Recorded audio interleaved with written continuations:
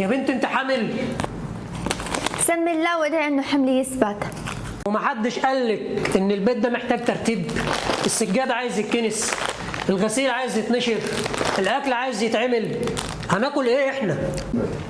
والله العظيم ماني قدراني اعمل اي شيء، بعدين انا بالشهور الاولى يعني عم بتوحم، ولا بدك الولد يطلع بعينه الشوكولا يعني ولا شيبسي؟ مش قادره ايه يا اما؟ ده انت بقالك 3 ايام على الكرسي والكنبه اللي انت قاعده عليها دي، ده انت خلاص هتطرشقي من كتر الاكل.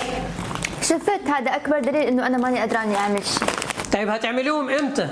ريح حالك انت بس، وانا كلمت امي جاي تعمل لنا كل الشغلات هي. صح، اطلب لي شيبسي عشان خلص قرب يخلص.